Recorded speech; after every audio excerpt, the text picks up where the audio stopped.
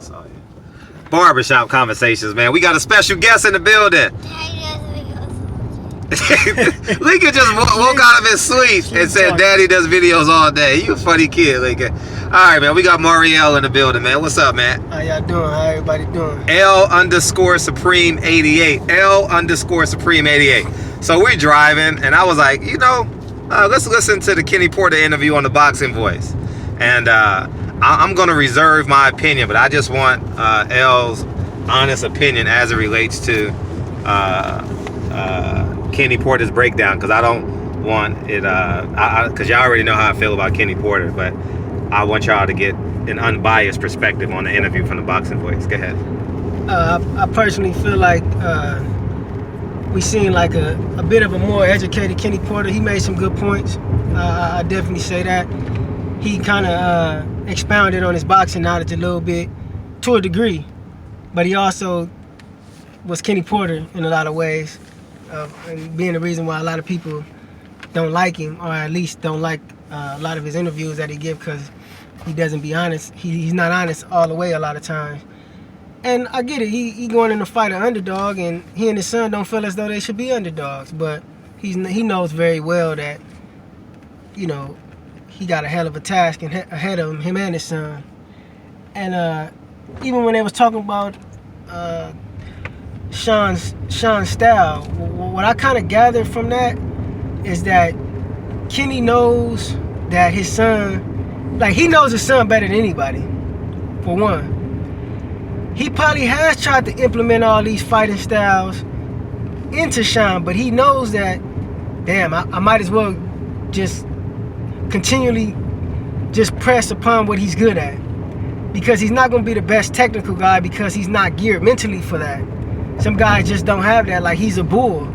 Shawn's a bull. He going to come forward, and I'm quite sure Kenny's smart enough to know, and I'm like I said, he probably has tried to infuse his son with the technical side of boxing, because I know that he knows that he has a good enough mind to know that these things are useful. And I'm not saying that I'm quite sure that he has the ability to infuse him with that, but Shawn he doesn't take to that. Some guys just don't.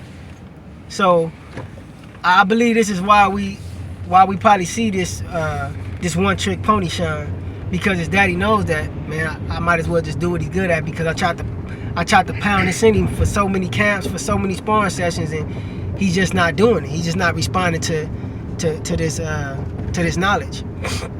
But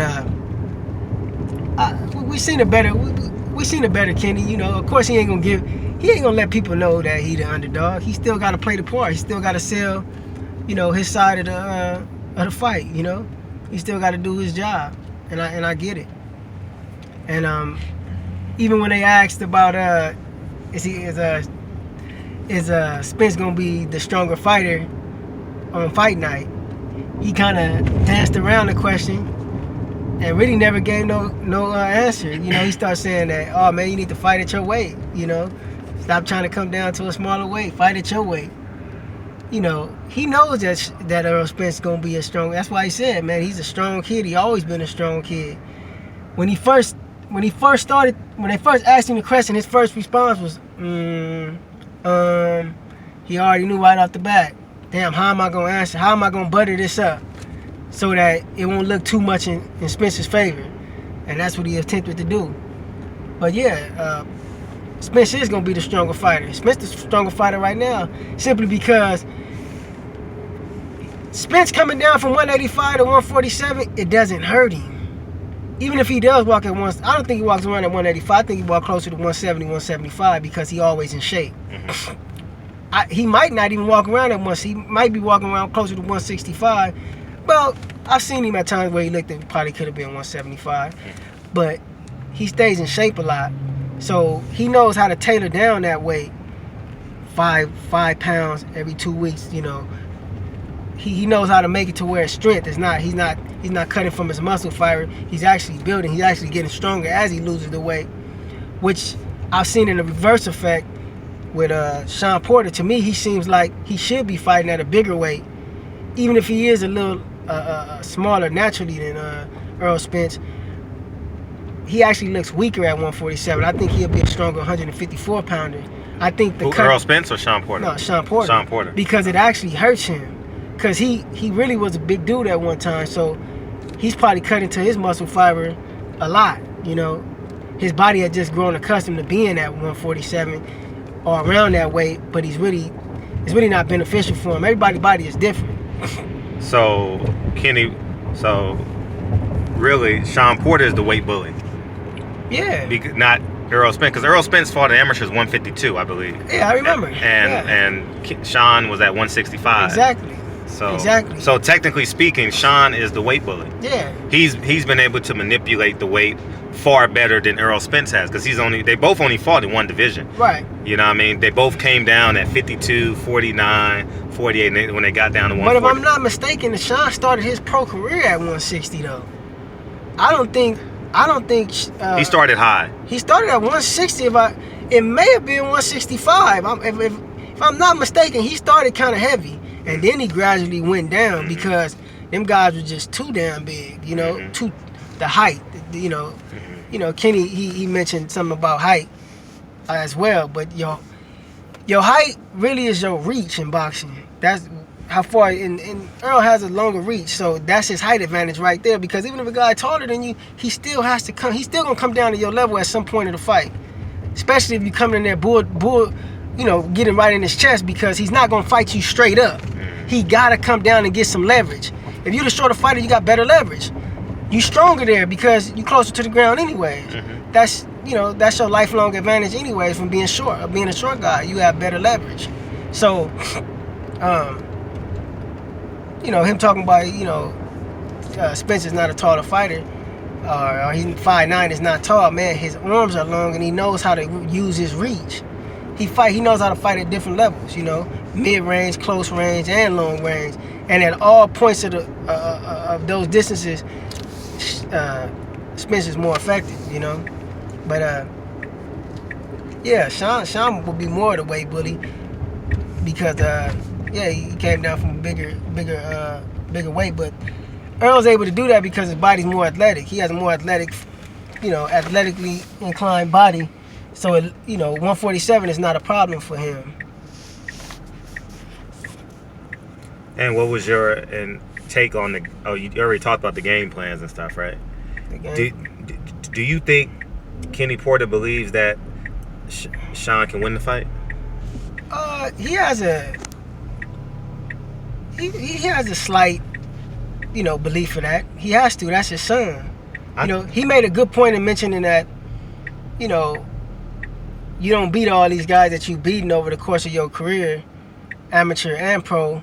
But those are all amateur wins, though. Like he's like that's old. Out with the old. And with Terrence Crawford didn't have a great amateur career. He's the best fighter now. Lomachenko had a great amateur career. He's a great fighter now. But you learn as you go, and Shawn has gotten better. But we from can't his amateur days. Yeah, but we can't use that as an analogy when you're 30 fights in. You get what I'm saying? Right. I granted the experience. I'm not taking away from it. But we're comparing him against how you did against Ugas, Danny Garcia, Keith Thurman, Kell Brook. Those are the top 4 opponents, and you could throw in Devin Alexander, right? Yeah. Those are the 5 opponents we're comparing. Can or can't he beat Errol Spence? It's not whoever he fought. If that's the case, Mike Tyson can't beat Henry Tillman. He beat him in the pros. You understand what I'm saying? So it happens a lot. You got headgear on. It's a point system. I understand there's education involved, but to say I beat Usyk is a heavyweight. Can he beat him now? No. Right. Can he beat Andrade now? No. He was keeping on the end of his jab. You understand? Can he beat Daniel Jacobs now? I don't think so. So can he beat Hart now? Hart is a light heavyweight. So I think those are misappropriated statements, and that's like 1985. It's like drug dealers talking about how much money they used to have. Nah, it's 2019. How much did you save? How much of that mental capacity did Shawn Porter save? Obviously, he didn't save that much because he doesn't fight with his jab. He doesn't use his explosive. Shawn has he has the capability of having a great double jab. Yeah. He can locate it. He can shoot it with power. He can shoot it with finesse. He doesn't have an up jab. These are things that he should have, but he doesn't have it. Right. Why? Because maybe it hasn't been taught. I haven't been in every camp. I believe that I believe that that Kenny Porter probably, like I said, he probably has tried to teach him these things, but some guys are geared a certain way mentally. Sure. Like, you have some guys who are just defensive fighters. Mm-hmm. It don't matter how much they get in there, you like, man, why you didn't let your hands go? They inclined not to get hit. Sure. So they thinking evade before they thinking punch. Gotcha. And it don't matter what you do to them, they'll always make the guy miss 50 punches in a round, but they'll only land 10 punches. Yeah. Because they only inclined to let their hands go and throw 30 punches around. Andre Berto said that about Floyd. Like, he's such a defensive. He never been in a ring with a guy who thinks defense before offense. All the time. All the time. And see, as Floyd started fighting bigger fighters, that's what he was doing too. Mm-hmm. You know, he knew that I couldn't afford to make a mistake because the punching power, man, is different at that weight. But to get back to Shawn and his father, you mentioned something about the game plan, and he said it like they gonna have to have a lot of game. They got plan A, plan B, plan C, plan D. They know this because they gonna have to have those things because the dynamic of what Errol brings to the table is not regular. It's not. It's very irregular. Mm-hmm. He's a dynamic fighter, so they're gonna have to have a hell of a dynamic game plans. You get what I'm saying? Okay, now if they have A, B, C, D, whatever he said, is that an admission of guilt though? Like, somewhat. You basically telling the guy that he is this good. If I'm a pressing team, do I not press? I'm talking about basketball. Basketball is my favorite sport, so I always use it now. If I'm a pressing team, like the 1992 UNLV Rebels or the Nolan Richardson's Arkansas Razorbacks, I'm dating myself a little bit, but they pressed the whole game. 40 minutes of hell is what they called it, right? Or do I play like Princeton, 4 out, 1 in? You know what I mean? Just pass the ball like the Harlem Globetrotters until you find a good shot. Turn here. Okay. You know, like, so I think he's admitted guilt. Like what we've worked on for 30 fights is not good enough to beat Errol Spence. Right. Like, do NFL coaches have a wide receiver screen just in case the corner blitz come? That they usually blitz on 2nd and 3, mm-hmm. Or do they gonna do a reverse? You know, stuff like that. Yeah, you throw in wrinkles, but you don't change who you are. Right. Kenny Porter is under so much duress mentally because he saw him spar Floyd Mayweather. Right. He saw him spar. He knows who the man is. Right. And more importantly, he showed them with his own eyes. It's not hearsay. Yeah. So see, there's so many layers to it. No, not to cut you off. No. And so by him saying all of these things, he's throwing a jab at Derrick James, but he's also admitting Errol Spence is a monster. Yeah, he's subconsciously saying this. Like, he's very inferior. He's very concerned. Of course. He's very. He know what his son up against. He wasn't concerned against Danny Garcia. I know. Nah. He was like, we gonna beat, and I picked him to beat Danny Garcia, regardless of how I felt about him. Errol Spence, he knows without a shadow of a doubt, Shawn Porter's in the fight of his life. And I think the fact that we've seen such a different Shawn Porter, the character, is because... Was I supposed to turn there? No, yeah, you should go. Okay. The character that we've seen of him has been so different because his father has given him this, like, hey, man, you're going to have this kind of air of confidence because you about to do something that you ain't never had. You about to come up against something that, at this point in your career, you haven't seen yet. Mm-hmm. So if it's going to take you to get more verbally confident and, you know, more to seem like to appear as the more confident person, whatever you have to do, if that's what's going to help you mentally get by this fight, that's what we're going to have to do. And this is why we seeing such a different Shawn Porter.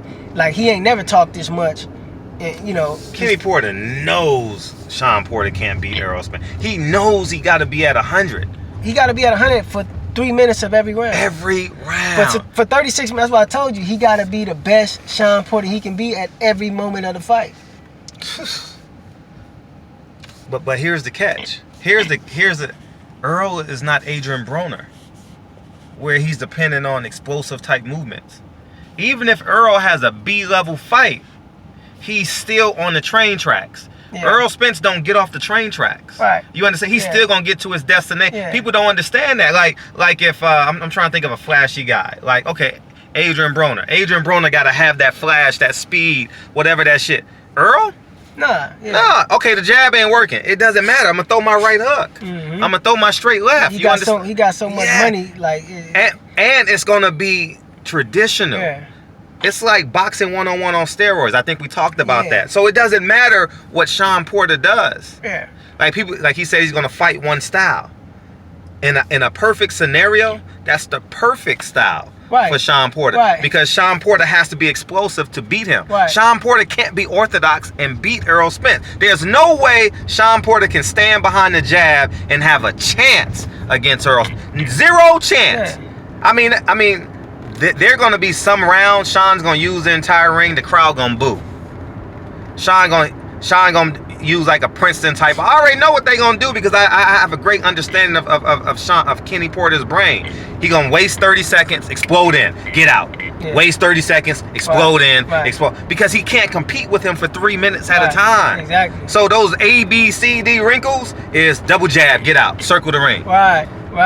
One jab, get in, circle it out. 1, 2, get out. Yeah. It ain't gonna be no 1, 2s, 3s, and 4s. Right. You understand what I'm saying? Turn here. Straight. Next year. I know I'm close. I'm in the vicinity. Yeah. So I think that he ain't fooling nobody. He ain't fooling nobody. They know what they up against. But one, I'll say this. Shawn Porter is really the weight bully. And I believe Kenny Porter knows Shawn Porter cannot beat him being Shawn Porter. Shawn Porter has to beat Errol Spence to beat Errol Spence. Mm-hmm. Shawn Porter can't beat Shawn Porter and beat Errol Spence. Mm-hmm. You understand what I'm saying? It's like they said Buster Douglas beat Mike Tyson. All Buster Douglas had to do was be the best version of Buster Douglas. Mm-hmm. The best version of Shawn Porter gets hit with straight lefts every time he comes in. Mm-hmm. And that's a C level Errol Spence. C plus. Stay here? Yeah, stay here. That's a C plus B minus Errol Spence. You get what I'm saying? Because Errol Spence is not Roy Jones. It's not built off explosiveness. It's built on staying on the train track, staying on the train. Okay, you might have won round 1, but guess what? Next round, I'm still gonna land 13 jabs. Yep. Round 3, I'm still gonna land 13 jabs. Round 7, I'm still gonna land 13 jabs. It's a succession of things, and it's gonna eventually wear you down. Exactly. It's gonna create more openness for his many money punches. Mm-hmm. He got many money punches. You know? Shawn gonna land that leaping left hook, and the crowd gonna go crazy. But he only gonna do it one time. He only gonna do it 3 times total in the fight, maybe. Yeah, and it's probably gonna land just once. And it's probably gonna land just once, and he's gonna get anxious. See, that's where I don't want to say this, but I'm gonna say it anyway. Shawn's gonna have to make a decision. Is he gonna get anxious or be disciplined? Mm-hmm. What is Shawn Porter gonna do? Park right there. Park right here? Yeah. Right here? Mm-hmm. What is Shawn Porter gonna do? Is he gonna get anxious and start leaping with his head like he did against Kell Brook? I saw him. He intentionally threw a headbutt against Kell Brook. Is he gonna get anxious?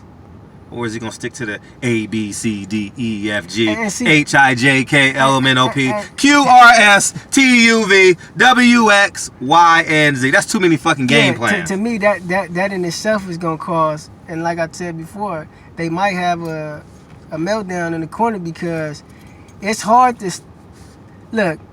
If you cannot adjust on the fly, just have the mental capacity to adjust on the fly as a fighter, it doesn't matter what a person is telling you in the ring. I mean, in your corner. Your trainer can be telling you, hey man, look, this is what's occurring.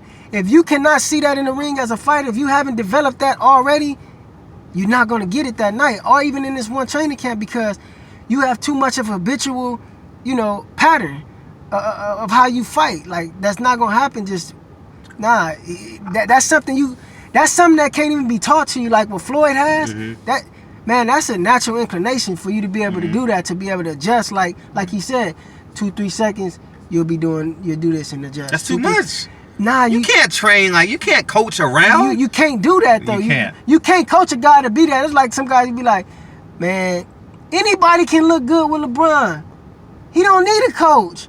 He gonna make you look good. Floyd even said that. He said, I don't need I don't need my dad at this point. You don't, man. At a certain I just need someone to hold the mitts. That's what he said. That's what I'm telling you, man. When you get in that boxing ring, that's what it's about. It's about. And I'll say this too.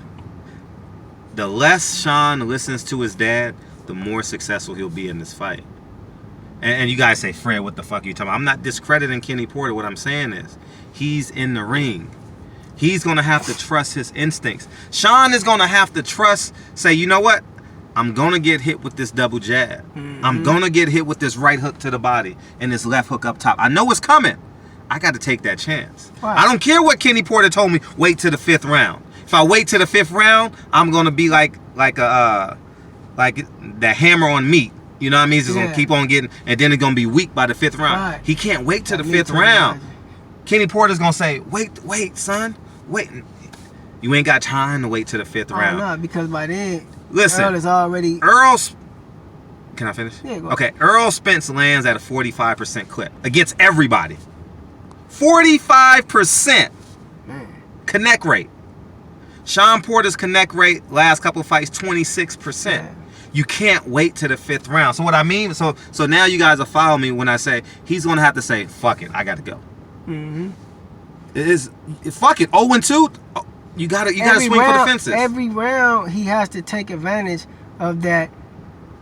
Every so occasional opening that he's going to be. He got to go to it. He got to go get it. He's got to attack right then and there. Like in boxing, you have moments like that. Opening is only there. It's like it's quick. Boom. That's it. You have to be able to see that and calculate it. Amidst everything that's going on, you have to be able to calculate those moments. Yeah. And be able to read those patterns and strike. If you thought about it, you missed it. And then if he miss it, it's okay. Say he misses it and Errol catches him with the right hook. It's okay. Yeah, Shawn got to see that. Shawn got to see that. No need to panic. Shawn got to be like, it's okay. He landed, but I see it. Right. The fact that you see it lets you know that you're in the fight. It's like a pitcher. If it's 2-2, he's gonna throw a four-seam fastball because he don't want to go to 3-2. If the round is even, he knows Errol is coming with the double jab to the straight left because he got to get the round. Yeah, you got to steal it. You got to get in between that jab. You either going to get in between the 1-2 jab, the 1-1, or you're going to get in between the 1 and the 2. Yeah. You got to pick. You got to take that chance. Yeah, if Shawn is unwilling to take that chance, he going to beat the living breaks out of Shawn Porter, and there's nothing Kenny Porter can do or say. Shawn has to take a chance. It's like, okay, I use my example because it just came to my head. Baron Davis was the greatest basketball player I ever guarded in my life, right? I had to take a chance on Baron. People would say, ooh, when he would cross over and do, but I had to take a chance because once he got to 25 feet, I'm a dead man, right? Once he got to like 20 feet, 19 feet in three-point line in high school. Once he got there, I'm dead. There's nothing I can do with Baron. Right. But from free throw line to the half court, I had to take a chance. So you had to press him. So I got to press him, and then I say, okay, and then I say, hold up. He dribbles right here. He does this out of habit. I got to go because he does it out of habit. Yeah. And now let's equate that. So I got to go and take the risk. Sometimes he's gonna spin off me, and the crowd gonna go crazy. But I'm gonna say in the second quarter with 2 minutes to go, I'm gonna get him. He gonna think I'm just go dart in. Yeah. I've ripped Baron before. But it happens 5% of the time. But I took that risk. And that's the Shawn. Errol is going to give him a window. See, Errol kind of paused with his jab sometimes. Yeah. You know what I mean? And when he paused, if he paused between 3 minutes and 2:30 of the round, you got to go get him. 2 minutes. That's got to be your round. That's your window. That's your window. That's a window opportunity. Waiting, listening to his son, listening to his dad and say, wait, not yet, son. That's not the right approach. But like you said, the more he waits, the more Errol builds upon the momentum. A tenderizer. The more he's going to build upon that momentum that he's already carried over from the last round, And mentally, as a fighter, when you in there with a guy that's imposing his will upon you, if you don't take them chances and take them risks to turn that tide around, you're just going to become mentally more exhausted and mentally more inferior. Facts. And mental inferiority in the ring equal a man becoming physically superior to you, which equals in turn turns into you getting your ass whooped. Get what I'm saying? Because in a fight like this, especially with the intent that Errol said that he had, he coming in there to hurt you. So he got that on his mind. Don't think that didn't shake him. That shook him when he told him, he said, but I'm going to knock you out. Yeah, When he did. He said, "I'm gonna knock you out." And then he said, which may have been true. I haven't done my research back, but Shawn Porter said that he tried to knock him out, then he didn't try. He called Errol Spence out. So you challenging me. Mm-hmm. So I'm taking that personal. Mm-hmm. So I think he's elevating Errol Spence awareness. Mm-hmm. Shawn Porter awareness can't get any higher, because when he signed the contract, he knew that that was gonna be the fight of his life. He should have he should have stayed quiet and let Errol Spence be comfortable. It's like me. Yeah. When I play basketball, in dead moments in the game, I always ask you, "How your mom doing? Everybody good? Everybody, your mom good? How your kids doing?" Because we see softening them up. Yeah, because I see all their friends and family, because we play each other every Sunday for years. Yeah. Everybody good? What you doing for Thanksgiving? He's not at 100%. He can't be. He can't be emotionally at 100%. Yeah, you took his mind off of the game. I took his mind, yeah. And I only need 2 or 3 moments in the game. I don't need 40 minutes of success. I need 13 seconds of success to separate myself from you. You get what I'm saying? Shawn Porter didn't do that this fight. Nah. He put him on alert. He put him on alert. Yeah. It's like when Mikey... It's like you waking up a giant. Like I tell people all the time, right? Mm-hmm. People used to say, "Oh, Floyd, he did this, he did that." I said, that's like going to... He didn't do enough, right? Mm-hmm. They say he decisively beat that dude ass. You know, in the eyes of a person that know boxing. Mm-hmm. It's like your boss tell you, "Look, man, you can come to work and work for 4 hours and I'm gonna pay you for 8. Mm-hmm. That's all Floyd did. Floyd got full-time pay and he only worked a part of the shift. Mm-hmm. That's all he had to do. But those who woke him up, he rose to the occasion. Cotto woke him up. Madonna, the first fight, woke him up. Mm-hmm. Like, it's so, like, Floyd uses so little of what he possesses. Why should he show everything he can do in this fight? My Chinese the person, he tell me, don't go out and show a guy all you can do. Let him show what he can do, and then you react off of that. Because again, you want him to get comfortable into, like, pretty much underestimating you, feeling like he can impose his way, and that's where you sneak attack him. You get what I'm saying? But Shawn don't have no room for that now. He's giving that away because now Earl is already locked in. I'm knocking you out. So every second of every round, Earl is looking for those opportunities to knock him out, to hurt him. But here's the catch. He doesn't have to go... See, that's the whole point of what I'm trying to make. He doesn't have to go looking for it. No, it's going to be right there. It's right in front of him. Yeah. Shawn ain't going nowhere. Shawn going to be Shawn. Shawn going to be Shawn. Shawn has to be Shawn. Like, all these A through Z things, no. What he should be saying is, if he knows Earl that good, you don't need an A and B and C. Right. If he know Earl like he said he do, attack his weaknesses. You know his weaknesses. Attack his weaknesses. That's it. You don't have to have all these different... No plans. Yeah, attack his weaknesses and do what you do good. Yeah. While you're attacking those weaknesses. Yes. That's gonna put mental strain on a person, because once you're attacking their weakness, and consistently do it. Why? They're gonna be like, damn, he know where... Damn, he know how to get over that. We're giving Kenny Porter way too much game right now. We're giving too much. Because he's talking about A through Z. You don't need the motherfucking game plan. What? I want to curse, but the kids are in the back so bad. I know I said, but who would put in a game plan? Pete Carroll, whoever he is, would put in 14 reverses. No, we run the ball. Yeah. And we play action pass with Russell Wilson. That's the quarterback, right? Mm-hmm. Russell Wilson. We don't play funny. We don't try and be who we are. However, we know that that right D tackle is the weakest link in the bunch. So that's where we're gonna run to. When it's 3rd and 2, we going to his side. Exactly. Is Errol Spence jab, the first jab, stronger than the second jab? No. What punch is stronger if he double jabs to the left hand? Jab 1, jab 2, left hand. Which one is the worst one of those punches? The first one. If the first one is the worst, you got to attack on the first one. Yeah. You got to disrupt what he's doing. Exactly. You got to disrupt his flow. See, he doesn't know this. See, boxing is the only sport where there's no coaching clinics. You get what I'm saying? Basketball, football, in the off season, we go to coaching clinics. Yeah. Hey, Danny Garcia, show me how to throw that left hook. Angel Garcia, show me how to throw that left hook. Kenny Porter, show me how to do the Porter pressure. Derek James, show me how to punch with 45% accuracy. There's none of that. because everybody feel like I got my way, I got I got it my way. Yeah. See, but Kenny, that's what makes boxing unique, though. Yeah, that's what makes it boxing. But Kenny Porter's going about it the wrong way. You don't need 26, but he's so headstrong. Shawn Porter's gonna be man. They gonna be fight. I told you to do this, Shawn. Yeah, I see some. I see it. I see some. You losing the fight, Shawn. Yeah, this is what we fight for our whole life. Yeah. Watch what I say. In one night, you're not gonna be able to turn Shawn Porter into a boxing genius. One camp. You're not gonna one be able camp. You got keys. You got keys. It's like a pitcher on a mound. Very subtle. Very subtle. This is the mound, right? This is the mound.